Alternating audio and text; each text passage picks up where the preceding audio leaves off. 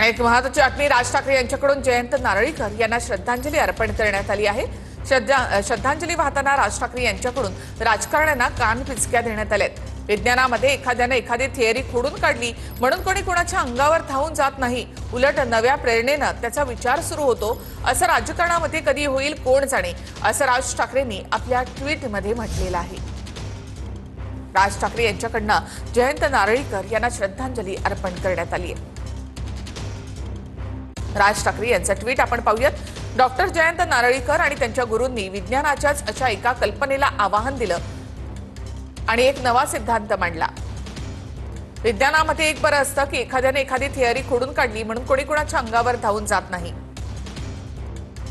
उलट नव्या प्रेरणेने त्याचा विचार सुरू होतो। असं राजकारणामध्ये कधी होईल कोण जाणे, असं ट्विट राज ठाकरे यांनी केलंय।